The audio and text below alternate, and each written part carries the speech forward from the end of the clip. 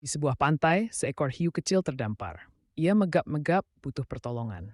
Tiba-tiba datang kucing oren bernama Oyen, penuh gaya. Oyen berkata, tenang bro, gue sering nolong kayak gini. Dia ambil aqua gelas, siram ke hiu, lalu bingung kenapa hiunya masih lemes. Loh, kurang ya? Hiu cuma bisa bilang, aku harus balik ke laut.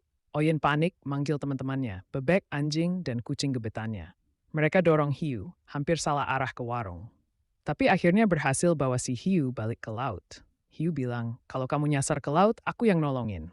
Oyen senyum dan jawab, gue sih nyasarnya ke hatinya si kucing putih itu.